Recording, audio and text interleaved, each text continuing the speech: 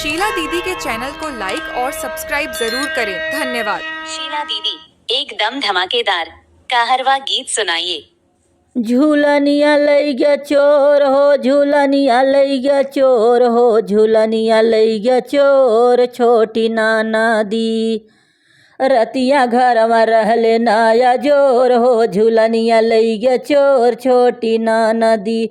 रतिया घर में रहले नाया जोर हो, झूलनिया लई गया चोर छोटी नाना दी। झूलनिया लई गया चोर हो, झूलनिया लई गया चोर हो, झूलनिया लई गया चोर छोटी नाना दी। रतिया घर में रहले नाया जोर हो, झूलनिया लई गया चोर छोटी नाना दी। रतिया घर में रहले नाया जोर हो, झूलनिया लई गया चोर छोटी नाना दी। अरे लागल रहे हमके ओ भाई बड़ी जोर हो, अरे वही रे समैया पर आई गयल चोर हो।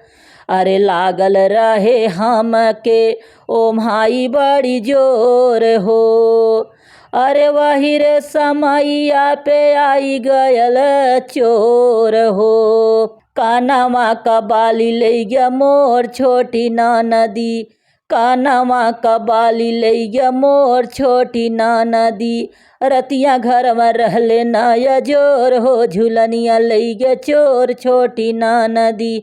रतिया घर में रहले नाया जोर हो, झूलनिया लई गया चोर छोटी नाना दी। झूलनिया लई गया चोर हो, झूलनिया लई गया चोर हो, झूलनिया लई गया चोर छोटी नाना दी। रतिया घर में रहले नाया जोर हो, झूलनिया लई गया चोर छोटी नाना दी। अरे लाइन न रहले न डेबरी में तेल हो, अरे लाइन न रहले न डेबरी में तेल हो। अरे सूतल रहली घरवा में हमहू अकेल हो। ले गा गहनवा कुल मोर छोटी नाना दी, ले गा गहनवा कुल मोर छोटी नाना दी। रतिया घर में रहले नाया जोर हो, झूलनिया लई गया चोर छोटी नाना दी। रतिया घर में रहले नाया जोर हो, झूलनिया लई गया चोर छोटी नाना दी। झूलनिया लई गया चोर हो, झूलनिया लई गया चोर हो, झूलनिया लई गया चोर छोटी नाना दी। रतिया घर में रहले नाया जोर हो, झूलनिया लई गया चोर छोटी नाना दी।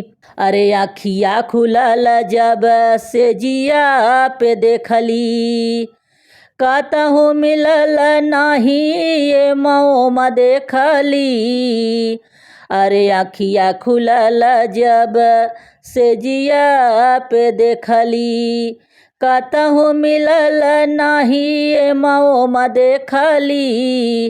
अरे सुना कइले या सागरी देहिया मोर छोटी नाना दी। अरे सुना कइले या सगरी देहिया मोर छोटी नाना दी। रतिया घर में रहले नाया जोर हो, झूलनिया लई गया चोर छोटी नाना दी।